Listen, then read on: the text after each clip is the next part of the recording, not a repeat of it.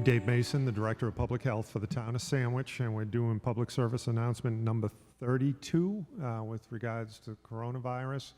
And as we always do, we will start with Chief Burke, but what we're going to cover is the case counts today, what the sources are, because we've seen an uptick, what the sources are, where we're seeing the cases in age groups to give an understanding of that. And then we'll have a discussion of the upcoming flu clinic. But to start it off, Chief Burke. All right, good morning, Dave. As of the 30th of September, we're up to 10 cases in the town, and we're going to have a discussion here shortly about demographics and where those numbers are coming from. But it's, again, a significant uptick from what we've seen over the last 11, 12 weeks. We've been single digits, but there is an uptick, and let's have a discussion, Dave, about what that looks like. Well, I think is one we want to point out first is in terms of at the moment on the cases that we're seeing, because we've received calls, and Joanne has, and myself, and probably inquiries as far as from parents in the schools that these cases are not related to the schools. We're not seeing the cases, positive cases in the school, and in terms of it does not relate to this 10 that we've just seen. But I think as far as the age group that we're seeing, one is in in the 10. We're seeing them in their 50s, and then we're seeing the in the 20s, and then a few younger. But again, they're not students in our school system. So as far as those in their 50s, we're seeing them in healthcare. Yes. And so as far as, because what's going on in healthcare right now? So what the state's doing, and this is a good thing, is they're surveillance testing assisted living and nursing homes. So what we're seeing with these numbers, yes, there are 10 cases, but the majority of the healthcare workers are asymptomatic, right? So they're part of our surveillance testing program. They go into work and get tested. This is just like the NBA, NFL, and they happen to pop positive. So the fact that they're asymptomatic is, if you want to find a silver lining, that's a silver lining. And we're finding people that in these critical infrastructure and healthcare facilities that we're able to identify and remove. The second demographic group, which we expected, is college age. Yep. Right. So out of these cases, some of them were exposed at their universities far away from here. And again, as we've discussed, they have addresses that list the town of Sandwich as their primary address, so they are going to be our numbers. We are going to attach them to our caseload right now. But those are the two areas we are seeing. It's not surprising when you implement an aggressive surveillance testing program in a high-impact area like assisted living. You are going to find asymptomatic positive cases. But again, what's different than March is there's a plan for testing. We're able to identify, and again, we don't want to have happen what's happened in other parts of the state with nursing home facilities where the cases run rampant throughout the nursing home. So I'm happy to report we're in good shape here, but it's important for people to understand, we look at, all right, the cases are going up, but we're very specific about where these cases coming from. So when we look at this, 10 cases is 10 cases, but we've at least been able to track and trace where they've been coming from, which is good. So do you want to speak to, because you mentioned the care facilities and the surveillance testing that's going on? We have a meeting on Monday. Yep, we have a meeting.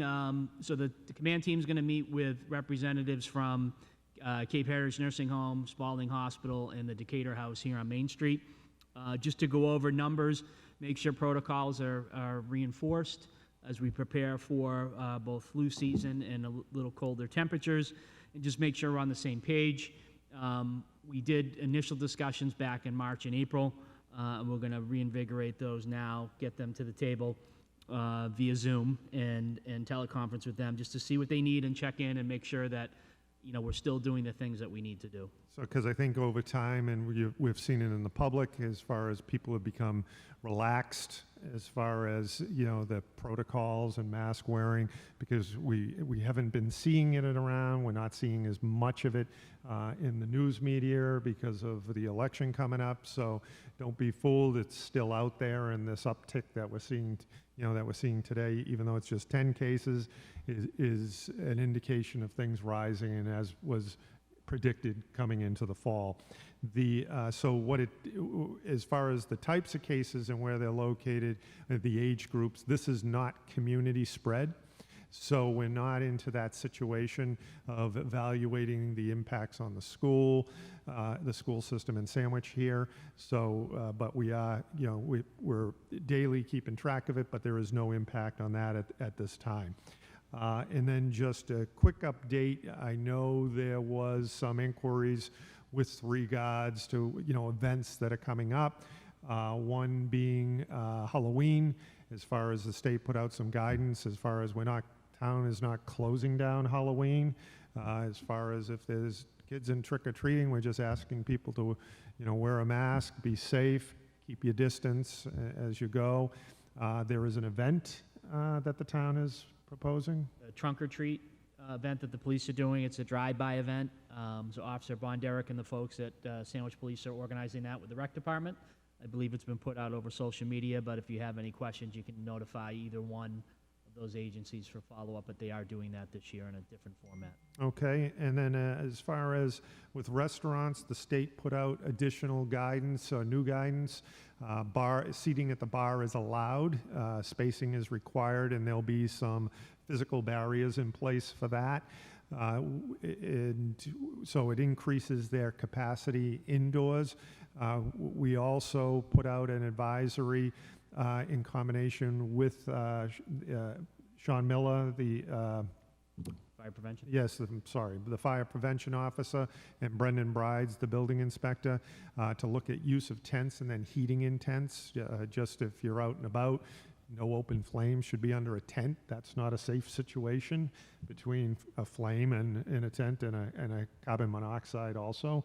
So, but we're attempting to work with the chamber and the local businesses to give them an opportunity to increase their seating capacity with the colder weather coming. I think that covers basically everything at this point, but we're asking you to be disciplined with the protocols, social distancing, washing your hands, wearing the mask. If you've relaxed on that, it's time to start it up again with the colder weather setting in. And we have a flu clinic on October 7th coming up. And do you want to walk us through that, Chief Burke? Yep, so it's the same setup as September 16th. Again, reservation only. Notify Sandwich Public Health Nursing to get your reservation. There was some information in the newspaper about the high dose flu, and I think people need to realize there's the flu block that we give also is 3 to 4 times as potent. So you have the high dose, and then you have flu block, which I got mine yesterday. It's just as good. So I know there's a lot of concern about 65 and older with the high dose. I think the important thing is you just get your flu shot if you are, in that demographic. But again, 9 to 1, same setup. We're going to have a few more extra people there this year for this one on the 7th. We're going to rerun the video with the folks from Sandwich Community Television who were with me in my vehicles. I drove around. At the end of this PSA, they're going to run that clip for you again. There'll be plenty of people there to guide you through the process. And as of now, I think we're north of 400 people signed up. So that's good. And again, we have the procedures down, and it went very smooth the last time, and we're looking for the same thing again this time. So based on the last flu clinic, just, it's not it's by reservation or appointment. That is required. They do not take drive-ups. 2, it's been noted that, it's at the wing school. We will cut to the video at the end of this just to give you an outline. It'll be Chief Burke walking you through it, but we received a number of people saying, "Oh, I thought it's at the wing school," and everybody had difficulty finding it out back. It's behind the wing school. Do you want to just do a walkthrough as far as what it is, and then the video will be self-explanatory? Yeah, so you're going to come down Beale Ave, and you're going to enter Morse Road where the old tennis courts are, where the basketball court is. We had a sign there last time. We're kind of a physical person there with a green tent that'll be set up, and they'll guide you through. So you're going to take that long roadway, Morse Road, all the way around, and then you'll see the cone set up, and you'll be directed into the queue. They'll confirm that you have your appointment. And again, we don't want people that don't have an appointment coming in. It does muck up the system a little bit as we go through. But at that point, you'll be put in the queue. There were two lanes. Your paperwork, we ask, be filled out ahead of time. That expedites the process. We get you into the under the tent in one of the 2 lanes, where you'll get your flu shot, and then there's the holding period after your shot up by the fire department ambulance where our personnel are there. They'll talk to you for a few minutes, just make sure you're feeling okay, and then they'll send you on your way. You'll take a right on Morse Road and go back out onto Water Street, and there'll be a police detail there to be able to direct you and get you back out there safely. So okay, that's it in a nutshell. So they're going to enter it coming off of Beale onto Morse, and that'll bring you around. And my favorite warning, what's the warning about those attending the clinic? What should they not have? A couple things. Loose-fitting clothing is key. No pets in the vehicle if possible, unless it's a service animal. No visible weapons, and no alcohol. Very good. So we will cut to the video showing Chief Burke driving around the layout to give you a better idea. So that will conclude PSA number 32. Be safe, be courteous. Have a good day. Thank you. Okay, so we are on Beale Ave right now, and we're making our way down to Morse Road. I'm going to be taking a right.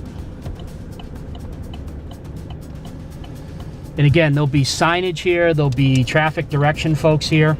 And if you live locally in this area here, you'll be led in. We're going to follow the road all the way around.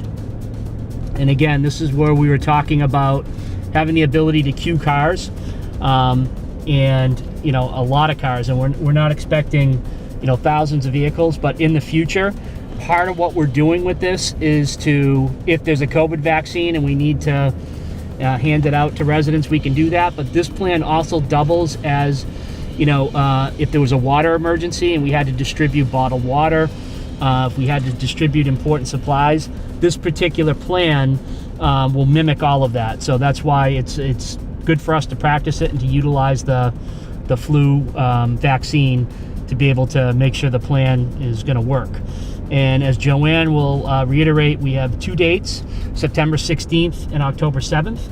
I'm coming along Morse Road now. I'm coming by the condos and the Babe Ruth baseball field, where I'm going to take a right. Again, there'll be personnel here to direct you. And as we take the right, when we get up behind the field, the upper parking lot entrance to the wing school, there'll be some signage and also another traffic control personnel who will direct you into the queuing area. So I'm going to take a right. As I come in, you're going to stay to the right. This area here will be all clear of buses and vehicles. There'll be cones, and all the way to the right here, we see all these white vans will actually be the queuing area where you will drive up, and there'll be multiple people here to move you forward. And when you get to the end here, just prior to this Connex box, will be the registration area. There'll be a little pop-up tent here, and that's where they will take your information, and they'll give you what your assigned dosage flu will be based on age, and Joanne has all that criteria. So as we're right here, we would get our information and make sure, again, you put your vehicle in park, you talk to the individual, they'll direct you from there. When I get my information and I'm ready to go, they'll tell you to proceed this way.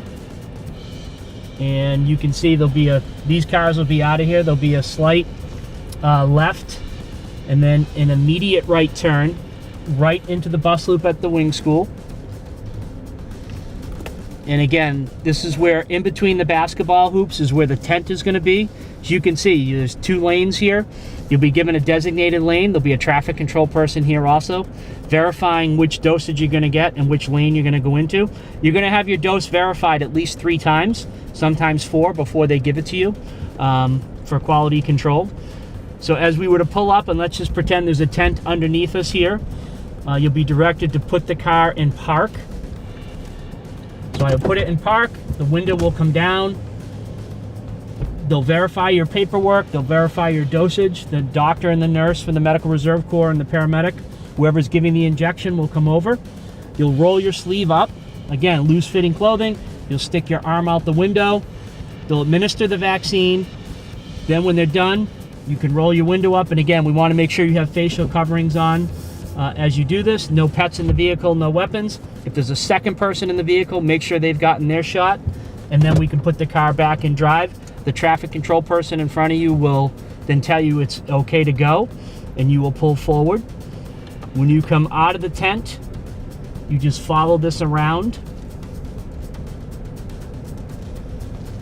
And as you're going, there's going to be folks, we call them people movers, that will be moving you along, answering any questions that you may have.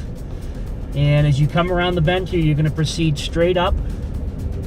And I'll show you where the queuing area will be for the 15-minute hold.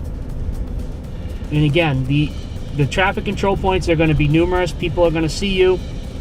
The right-hand turn that you could make here will be blocked off. So you have to go straight and right towards this black vehicle here. This will all be coned off, and this is where you will pull up for your 15-minute hold. The firefighters will be here with the ambulance in case there's an issue, and they'll direct you all the way up, and then they will tell you to stop. So when they ask you to stop your vehicle. You're going to put it into park. They're going to come up to your window. They're going to put a Post-it note on your window with the time that you arrived. And then when you're all set, 15 minutes later, they're going to take it off of the window and tell you to go. So you don't have to roll your window down for that. You'll wait your 15 minutes. If there's no reaction, they'll remove the Post-it note from your window, and you're free to go. You'll be directed to go straight and back out onto Morse Road, where you can only take a right-hand turn. Right? We take a right-hand turn here. Again, there'll be signage, and right at the stop sign here at the intersection of Water Street and Morse Road will be a uniformed sandwich police officer who will then assist you in getting back out into traffic, whether you need to take a left and you're going to go south on Water Street or right going north. They'll be able to help you out. And that is the route in a nutshell. You can plan on roughly anywhere from 30 to 40 minutes total, and that includes the 15-minute hold time.